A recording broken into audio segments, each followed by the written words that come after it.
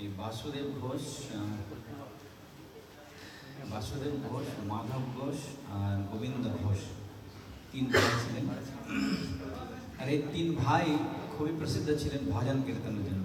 কে? বাসুদেব, গোবিন্দ আর মাধব ঘোষ। চৈতন্য মহাপ্রভু বিশেষ করে এই বাসুদেব ঘোষ, গোবিন্দ ঘোষ, মাধব ঘোষের ভজন শুনতেন। খুব খুব মগ্ন হয়ে চৈতন্য মহাপ্রভু নিজে শ্রবণ করতেন। এত সুন্দর ভজন গাইতেন তারা। চৈতন্য মহাপ্রভু একসময় এরকম বলেছেন যে তোমরা যখন ভজন গাও তখন আমার এরকম মনে হয় যে আমি পাখির মতো একটা ডানা গজিয়েছে আমার, তো আমার যদি আরেকটি ডানা হয় আমি উড়ে বেড়াতে পারতাম।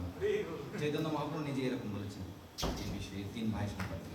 তো আমরা এই ভজন গাইবো। অনেক শুনেছেন এই বাংলা ভজন, খুব পছন্দ।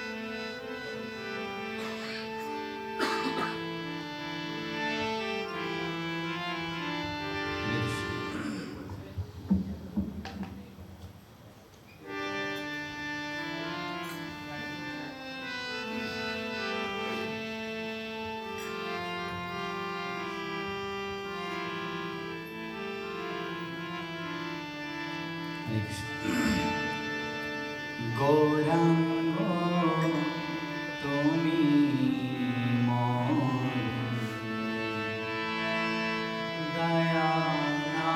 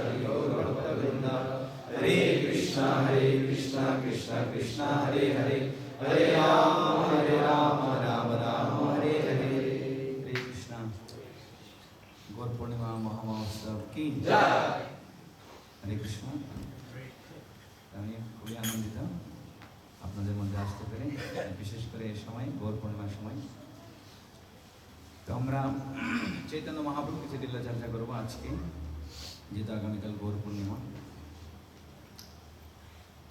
तो ये एखाने आपनर फोटो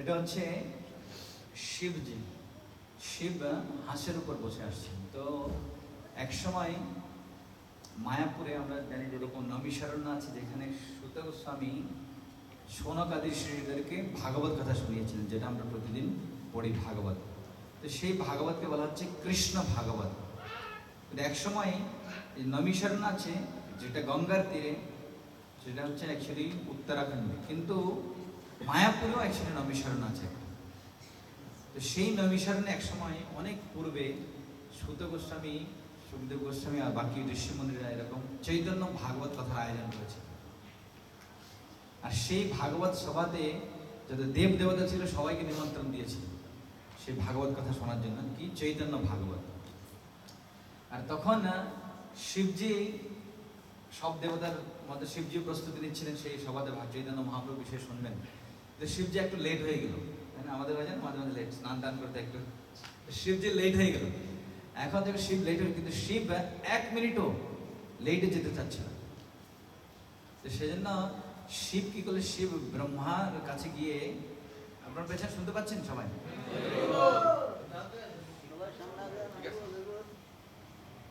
হ্যাঁ তো শিবজি তখন ব্রহ্মার কাছে কি বললেন যে ব্রহ্মার বাহন কি আছে? হাঁস। আর শিবের বাহন ষাঁড়। তো শিবজি ব্রহ্মার কাছে কি বললেন যে আমরা আজকের জন্য একটু আমাদের বাহন এক্সচেঞ্জ করতে পারি কিনা, কারণ আমার যে বাহন আছে ও তো খুব ধীরে ধীরে চলে ষাঁড়, আর আপনার যে বাহন আছে খুব তেজ গতিতে উঠতে পারবে যে হাঁস, তাই না? আর সম্পর্ক হচ্ছে ব্রহ্মা হচ্ছে শিবের পিতা, সেদিন ব্রহ্মাজি মানা করতে পারেনি, বলছে ঠিক আছে কি করা যায়, এক্সচেঞ্জ করে নিল। তো শিবজি হাঁস নিয়ে নিল হংস, আর ব্রহ্মাজিকে তার নন্দী যে ষাঁড় ঝাঁসটা দিল। আর শিবজি তো খুব যদি লেট হয়ে গেছিল, খুব জোরে শিবজি পৌঁছে গেলেন ভাগবত মঙ্গলাচরণ হবার আগে, তাই না?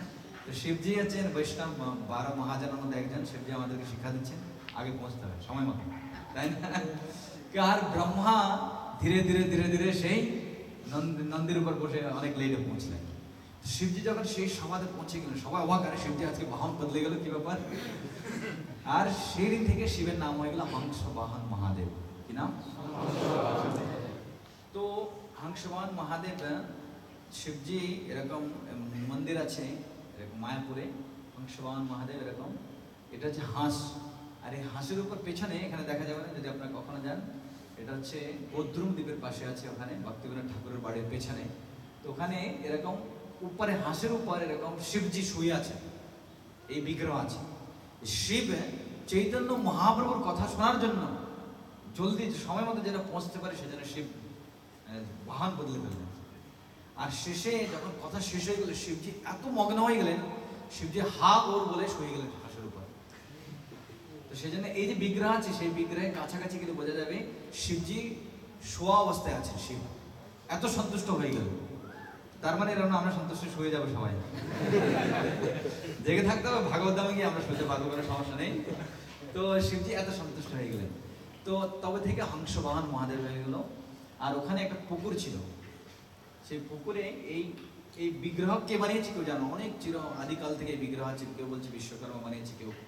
শিবজি সেই এই বিগ্রহকে হংস বাহন মহাদেবকে এরকম পুকুরের মধ্যে রাখা হতো, বছরে 1-2 বার ওটা উপরে ওঠানো হয়, কিন্তু হাঁস পানিতে থাকে। কিন্তু কয়েক বছর আগে, 10-15 বছর আগে, কিছুদিন আগের ঘটনা, আর যেহেতু এটা অনেক দামি পাথরের, গোষ্ঠী পাথরে বানানো, তো কিছু মুসলিম আর কিছু হিন্দু মিলে ওই এলাকার এই বিগ্রহকে পানি থেকে, জল থেকে চুরি করে নিয়ে গিয়েছিল। আর যখন চুরি করে নিয়ে গিয়েছিল, আর সবাই ওরা পুলিশকে কমপ্লেন করলো, পুলিশ সারাদিন খোঁজার পর কিছু কখনো খুঁজে পায়নি, অনেক চেষ্টা করেও এই বিগ্রহকে নিয়ে গেল, পুরো গ্রামে হাহাকার হয়ে গেল, কি বিগ্রহ নিয়ে গেল শিবের, সবাই ওখানকার ভক্ত। তো পরে কিছু পুলিশ যখন খুঁজলো, পুলিশ খোঁজার আগে ওরা যে ব্যক্তিরা আছে, পুলিশ খুঁজে পেলো ওদেরকে, কিছু কিছু লোককে, আর ওরা নিজেরাই এসে বিগ্রহকে পূজার হাতে দিয়ে গেলো, বললো আমরা এই বিগ্রহ আমাদের বাড়িতে রাখতে পারবো না। বললে কেন? যবে থেকে আমরা চুরি করে নিয়েছি, আমাদের ঘরের এক এক সদস্য সব মরে যাচ্ছে এক এক করে। এত পাওয়ারফুল শিব, কেননা সে চৈতন্য মহাপ্রভুর কথা ফুললি কমপ্লিট করে নিয়েছে, এত পাওয়ারফুল। আমি কিছুদিন আগে ছিলাম, এই 1 মাস আগে ওখানে ছিলাম।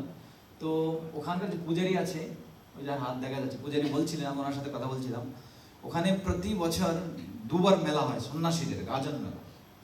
আর এখন 2 মাস পর আছে। আর যে এখন যে মূর্তিটাকে রাখা হচ্ছে, সেটা এরকম কুড়ো করা আছে না, যে কুশ ঘাসের যেরকম কুটিরের মতো হয় সেরকম।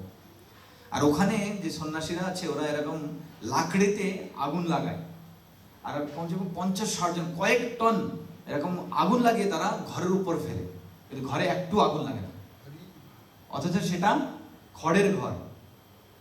প্রতি বছর 2 বার হয়, এখন 2 মাস পর হবে সেই মেলা। তো সবাই এটা বিশ্বাস করে যে শিবজি এত শক্তিশালী। তার উপরে শিবজি যেহেতু ভগবান চৈতন্য মহাপ্রভুর কথা পূর্ণরূপে কমপ্লিট করে ফেলেছে, আরো শক্তিশালী হয়েছে, আগুন দিলে আগুন জ্বলে না। তো চৈতন্য মহাপ্রভুর কথা যদি আমরা এরকম আমাদের জীবনে গ্রহণ করি, পূর্ণরূপে চৈতন্য মহাপ্রভুর কথা শ্রবণ করি, তাহলে এই জড় জগতের দাবানল আগুন আমাদের স্পর্শ করতে পারবে। তো আমরা চৈতন্য মহাপ্রভুর কিছু লীলা এরকম চর্চা করব আজকে, আর পরশু 2 দিন আছে, তারপর আমাকে ছেড়ে যেতে হবে। তো আমরা চৈতন্য মহাপ্রভু অবতারণ সম্পর্কে চর্চা করব।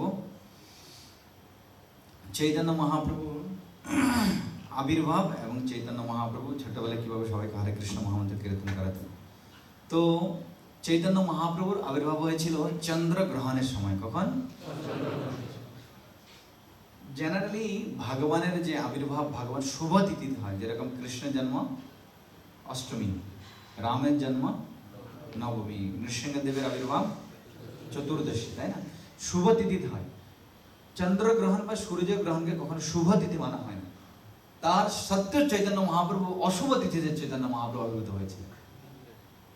তো চন্দ্রগ্রহণ কেন হয়?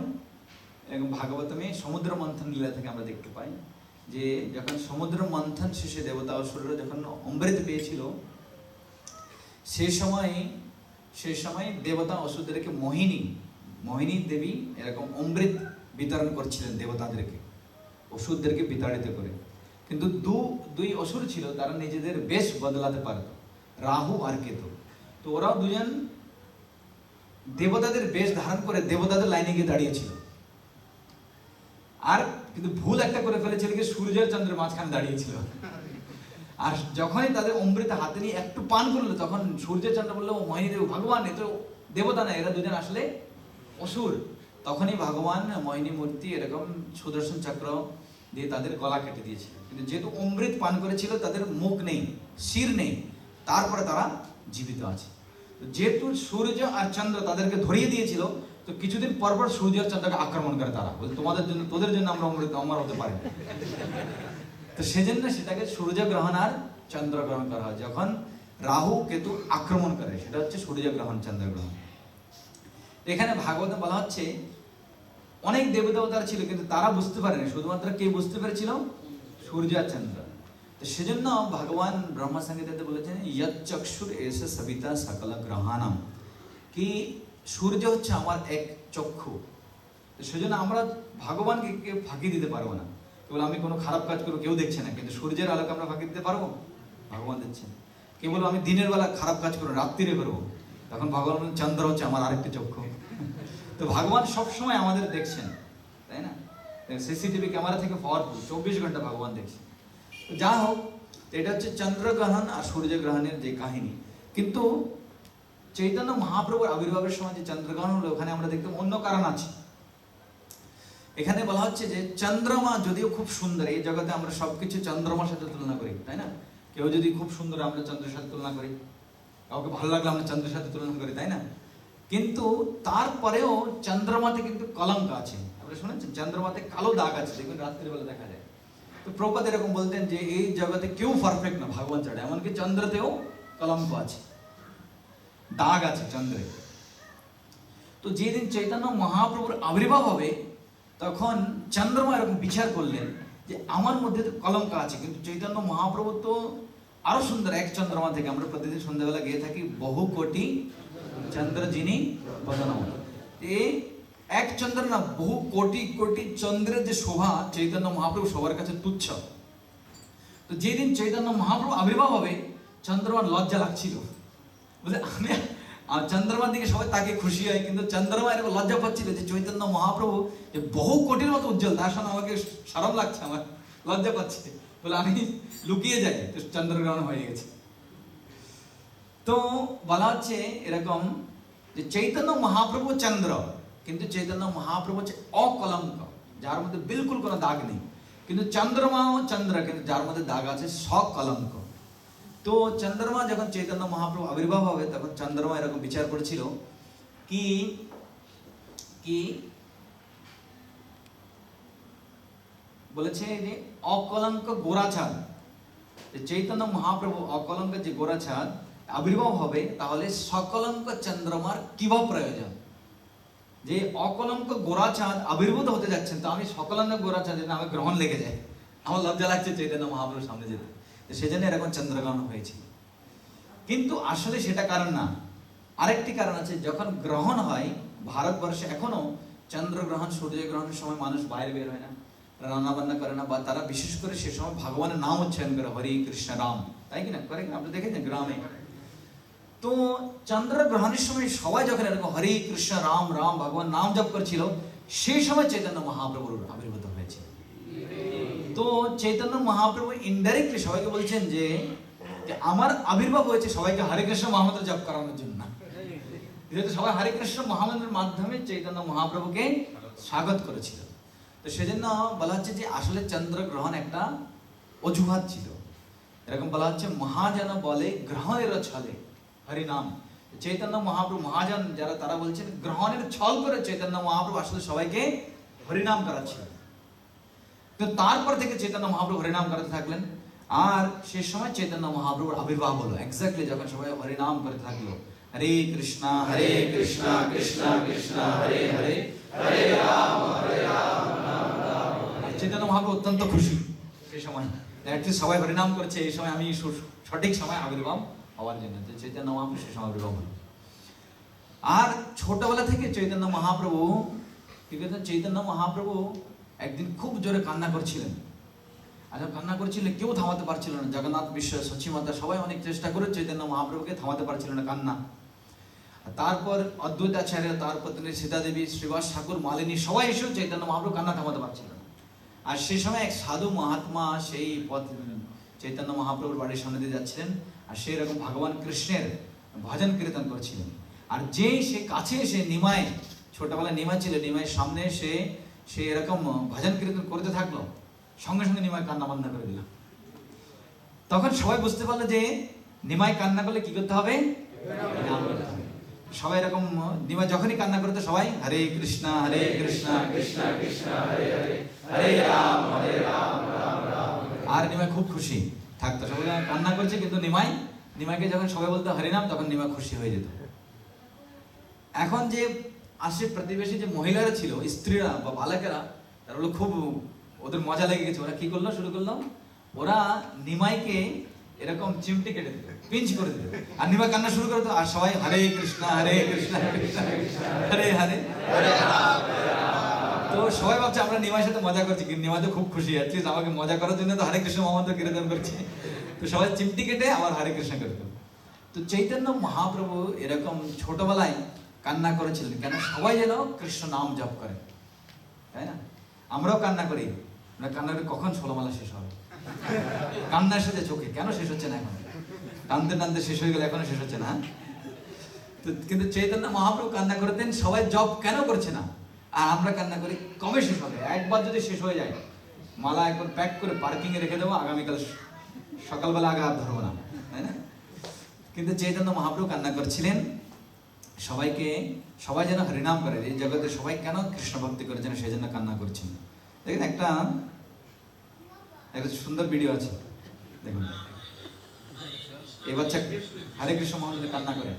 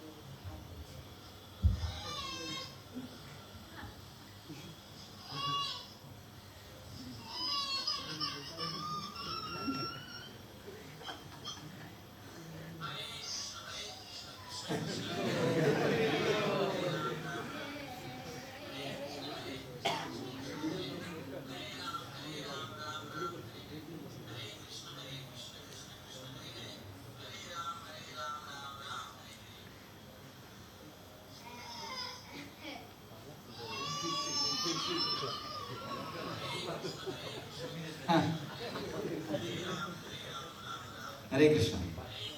তো এই বাচ্চা চৈতন্য মহাপ্রভুদের কান্না করতো যতক্ষণ না সবাই হরে কৃষ্ণ মহামন্ত্র জপ করে। তো চৈতন্য মহাপ্রভু এরকম ছোটবেলায় কান্না করতেন। আরেকটি কারণ আছে যে প্রভুপাদ এরকম সর্বদিন জিজ্ঞেস করা হতো যে প্রভুপাদ আমরা হরে কৃষ্ণ মহামন্ত্র যখন জপ করি আমাদের কিরকম মনোভাব হওয়া উচিত। তো প্রভুপাদ বলতেন যে এরকম বাচ্চা শিশু স্তন পান করার জন্য কান্না করে মায়ের কাছে, ঠিক সেরকম আমাদের জপ করার সময় সেরকম মনোভাব হওয়া উচিত, তবে আমরা প্রকৃত শুদ্ধভাবে জপ করতে পারবো। তো এরকম প্রভুপাদের ভাগবতমের ৩য় স্কন্ধে প্রভুপাদ বলেছেন কি if a person does not cry or exhibit bodily changes after chanting the holy name of God without offense, it is to be understood that he is hard-hearted. Prabhupada লিখেছেন কি যে 10 অপরাধ থেকে মুক্ত হয়ে হরিনাম করার পরেও যদি কারো কেউ যদি কান্না না করে, চোখে অশ্রু না এসে যায়, তাহলে বুঝতে হবে তার হৃদয় অনেক কঠোর। প্রভুপাদ এই কথা বলেছেন। তো তার মানে অফকোর্স এটা আমরা কান্না সবার সামনে দেখাবো। ভক্ত সিদ্ধান্ত ঠাকুর বলেছেন লোক দেখানোর জন্য না, কিন্তু হৃদয়ের সেরকম ভাব হওয়া উচিত, তাই না? হৃদয় সবসময় এরকম ভাব হওয়া উচিত হরে কৃষ্ণ মহামন্ত্র জপ করার সময়। কেননা আমরা কৃষ্ণ থেকে আলাদা হয়ে গেছি অনেক অনেক জন্ম ধরে। যেহেতু কৃষ্ণ থেকে আমরা বিচ্ছিন্ন হয়ে গেছি, সেজন্য কৃষ্ণের নাম জপ করে আমাদের চোখে অশ্রু আসা উচিত। প্রভুপাদ এরকম বললেন। তো যেরকম হরিদাস ঠাকুরের উদাহরণ আমরা দেখতে পাই। হরিদাস ঠাকুর যখন এরকম মুসলিম নবাব হরিদাস ঠাকুরকে এরকম নিয়ে গিয়েছিল, আর সে বলে তুমি কেন হিন্দুদের ভগবানের নাম জপ করে, তোমাকে হিন্দুদের নাম ছাড়তে হবে। কারণ এটা উদাহরণ, খারাপ উদাহরণ প্রস্তুত করছে, মুসলিম হয়ে হিন্দুদের ভগবানের নাম জপ করছে। তখন হরিদাস ঠাকুর কি বললেন? খণ্ড খণ্ড, বুঝলেন? খণ্ড খণ্ড হয় দেহ, যায় যদি প্রাণ, তবু আমি বদনে না ছাড়ি হরিনাম। যদি তোমরা আমার শরীরকে খণ্ড খণ্ড করে দাও আর আমার শরীর থেকে প্রাণ নিয়ে নাও, তারপরে আমি হরিনাম ছাড়ব না। এরকম হরিদাস ঠাকুর এরকম ডিটারমাইন্ড ছিলেন। হ্যাঁ, আর আমাদের করোনা ভাইরাসের নাম শুনে বলে হরিনাম ছেড়ে দেবো, তাই না? তো না এরকম। আর শেষ সময় আমরা দেখতে পাই সেই হরিদাস ঠাকুর এক সময় অসুস্থ ছিলেন, বৃদ্ধাবস্থা হরিদাস ঠাকুর। আর চৈতন্য মহাপ্রভু একদিন এসে হরিদাস ঠাকুর বললেন, হরিদাস বৃদ্ধ হইলা এবে সংখ্যা অল্প করো। তুমি বৃদ্ধ হয়ে গেছো আর তুমি অলরেডি সিদ্ধি প্রাপ্ত করেছো, তোমার এত মালা জপ করার দরকার নেই, 24 ঘন্টা